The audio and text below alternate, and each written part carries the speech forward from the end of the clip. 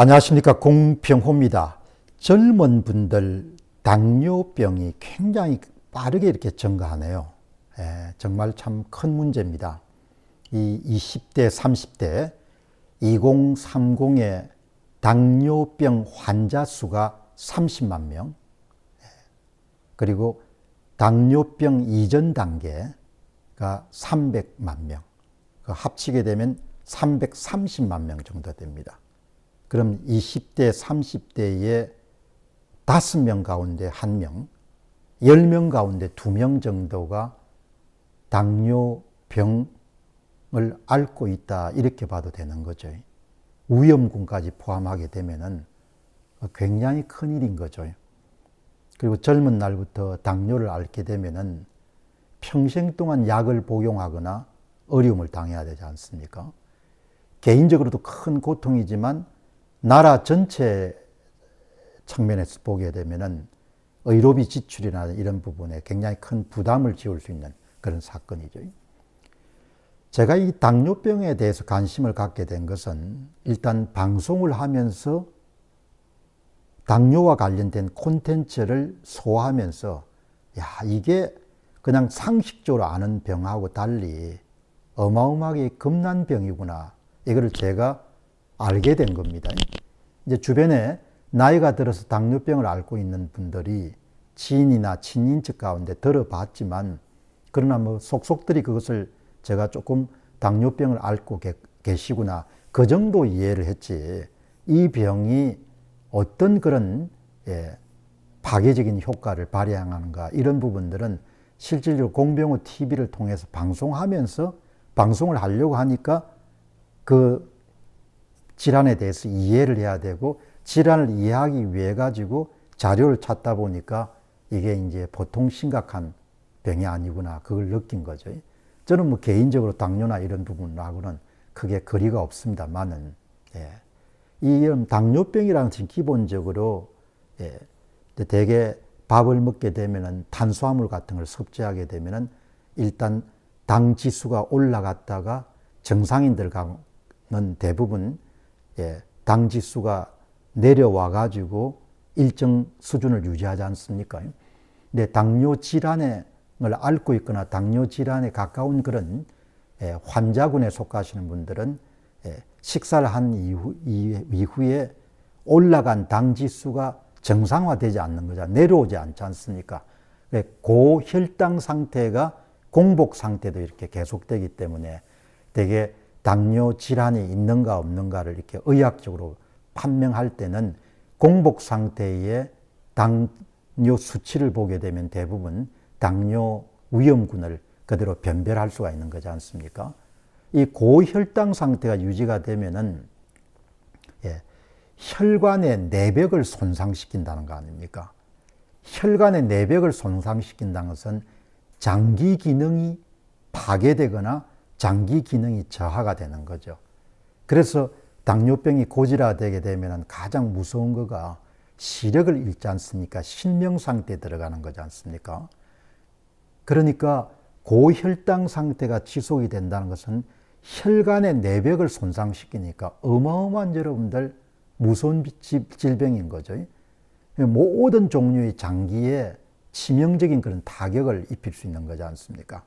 모든 장기라는 것이 결국은 혈관으로 구성되어 있을 테니까 뭐 심장, 폐, 그 다음에 뭐 콩팥, 간, 그 다음에 이렇게 시력, 모든 것이 다 혈관과 떨어져서 우리가 이야기할 수 없으니까 어마어마하게, 여러분들, 겁난 병인 거죠.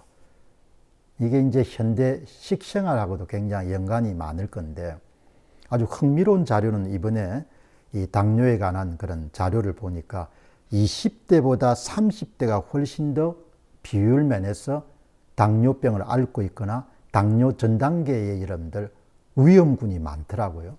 그 이야기는 30대가 되게 되면은 되게 직장 생활을 해야 되기 때문에 외식이 늘어나고, 그 다음에 스트레스에 20대보다 많이 노출될 겁니다.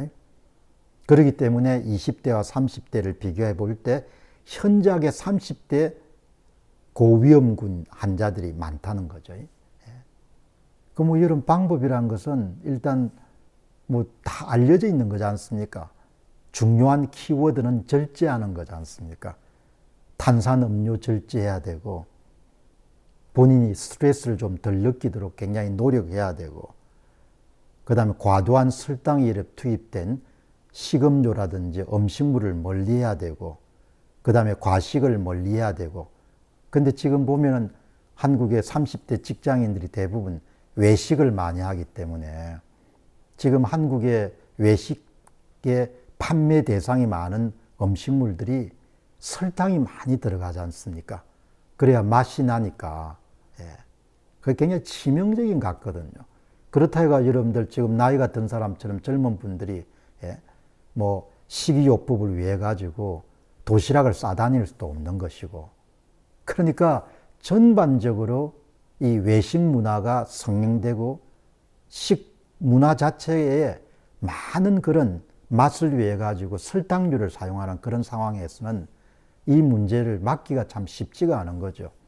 그리고 아주 전통적으로 당뇨를 막기 위해서는 가공된 탄수화물보다도 통곡물, 예, 원래 상태의 현미라든지 아니면 뭐 견과류라든지 그런 걸 먹으라고 하는데, 직장인들이 되게 직장 생활하면서 그거를 받아들이기가 쉽지가 않은 거지 않습니까?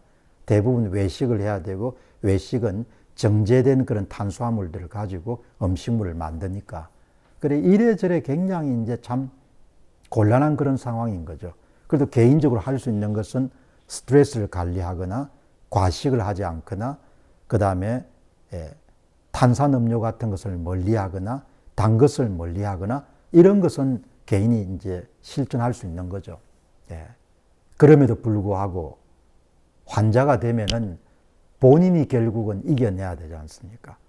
그러니까 당뇨병을 갖고 30대, 40대, 50대를 살아간다는 것은 어마어마하게 부담이 되는 거죠. 예. 개인적으로 너무나 큰 비용을 초래해야 되는 겁니다. 그래서 예방 조치를 취해야 되는 거죠. 아마 오늘 이 방송을 보시는 분들 가운데 좀 젊은 분들 가운데 비만하거나 이렇게 하면은 그 당뇨로 갈 가능성이 굉장히 높은 거죠. 예. 그러니까 제가 이 방송에서 자주 이 내용을 다루는 것은 이걸 살펴보면 살펴볼수록 혈관 내벽을 그냥 집중적으로 손상을 시키는 거니까 이게 어마어마하게 겁난 병인 거예요.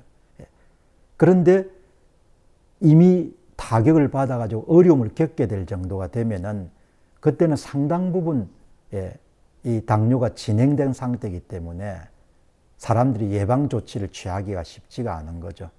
그러나 질환 자체가 너무나 이렇게 무서운 질환이기 때문에 젊거나 나이가 들거나 간에 예방 조치를 스스로 상당히 절제를 요구하는 그런 병 같습니다. 개인이 절제된 생활을 하게 되면은 치유할 수도 있는 그런 병이기 때문에 다시 한번 오늘 2030의 당뇨병 환자 30만 명, 당뇨전 환자, 위험군 환자가 300만 명, 10명 가운데 2명 정도가 2030 세대 가운데 당뇨를 앓고 있다는 이런 문제 때문에 제가 오늘 그 위험을 한 번 정도 더 경고합니다. 나이 드신 분들도 굉장히 주의해야 될 부분입니다. 감사합니다.